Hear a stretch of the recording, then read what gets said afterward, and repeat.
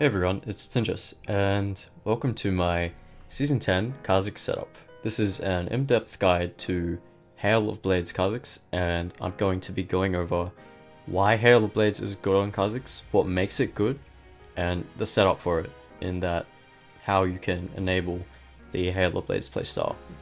I'm also going to be going over how you can use the rune, and just going to be going over general build descriptions and stuff like that. So I'm just going to go straight into the build and the runes. So obviously Hail the Blades, sudden impact for assassination potential, and we go for eyeball collection alongside absolute focus and gathering storm. This will give you a lot of AD. Ravenous Hunter, sustain, that's pretty much it. Very simple page. So onto the build, it's pretty much just warrior, into boots, into Dustblade. And from there you can go for Yumu's Sanguine Blade, and then you usually finish it off with an LDR. You can choose to swap out a lethality item for Cleaver in the event that you need to deal with bruises and tanks. And from there you would swap out the Lucidity Boots because you don't need the CDR from it. And yeah, that's pretty much it for the build. You can swap out Yumu's and Sanguine Blade depending on what you like, your preference, and the state of the game. But yeah, for evolutions, it's very simple. It's just Q, E-evolve, and R-evolve.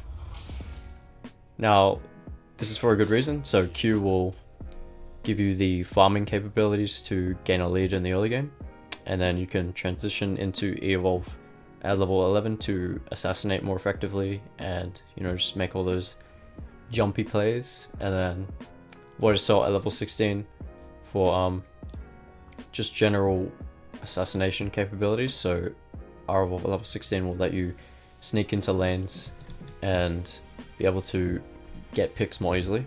You can go W if you need to support your team, but that's about it. Other than that, that's pretty much it for the setup. I'm gonna go into more of the Hail of Blades stuff now. Alright, so it's going to be a little tricky to really see the benefits that Hail of Blades provides, and it really all comes down to very small details that are super important when you play this build. So the main benefit to consider for Hail of Blades is that it lets you combo faster. Yes, the extra fast auto attacks will net you higher damage than Electrocute and Dark Harvest, but obviously, since Ka is an assassin, it's not always going to be ideal to stand there and auto-attack someone. This is why I can't stress enough that you need to pay more attention to the combo speed rather than the extra damage. So I wanted to go over some combos to show you how you can weave in auto-attacks in the event that you can get the auto-attacks off in a situation. So the first combo is very, very simple. It just involves weaving your auto-attacks in between abilities. So it'll be... that was auto attack Q, auto attack W, auto attack. So it's a very straightforward, simple combo, and you really just want to use this when you're up close with an enemy and just fighting them up close. Pretty simple. It's very good in the early game. You'll find yourself using it mostly in the early game, yeah. And later on, you won't have that much agency to auto attack targets, so you're going to be relying more on the fast combos. So yeah, that's the first combo.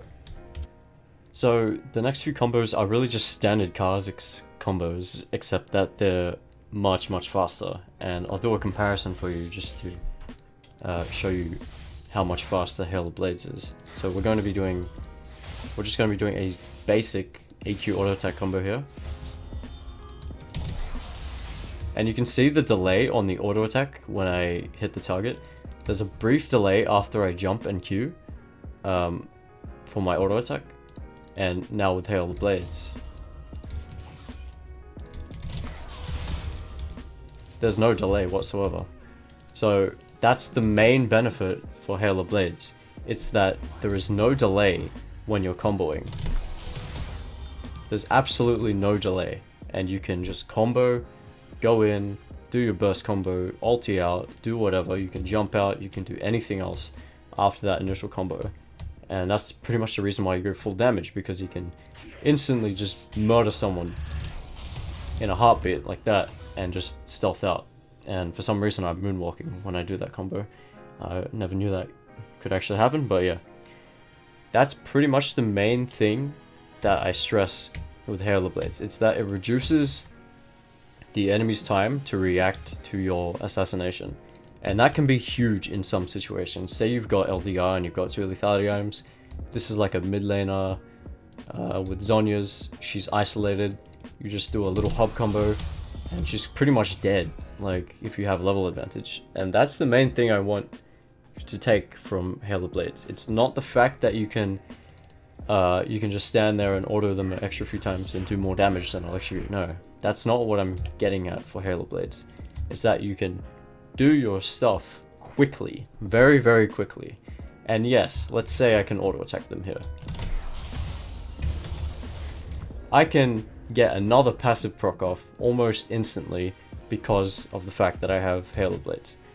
That's also another benefit to Hail of Blades, is that you can reset your passive, your unseen threat, much faster. So obviously if you didn't have Hail of Blades, you would have to wait for your auto attack to reset and then you can get that extra passive proc off. But no, with Hail of Blades, you can pretty much get 2 passive procs off in a very short amount of time, like that. And of course, I took Sanguine Blade off for this, but if you had Sanguine Blade, if you had it active, you would be able to do this way faster. And that's why I really actually really like the synergy between Hail of Blades and Sanguine Blade for this reason. It's very nice in that regard. And yeah, that's the second combo I want to show you. So there's something I want to stress when it comes to this build, and that's the fact that you will not always be able to get your auto attacks off for Hail of Blades. And that is completely fine, because the main benefit you're getting out of it is the delay, the removal of the delay for your auto attack in assassinations, and that will speed your that'll speed your combo up pretty much. That's all you want to be going for. Yes, obviously this is extremely situational, but when you're going in for a leap combo, that's what you want to aim for. You want to aim for that no delay, and in some situations, yes, you're not going to be able to get the Hail of Blades autos off, and that is completely fine, as I said. So don't get caught up in the mindset that you have to get all 3 auto attacks off, because that will make you suffer very hard. You don't have to use the whole keystone for it to be effective. And if you try and do that, if you try and get those autos off constantly, you will end up dying a lot, because there's a lot of situations where Ka can't stay still and auto attack like that. And yeah, so that's a very important tip.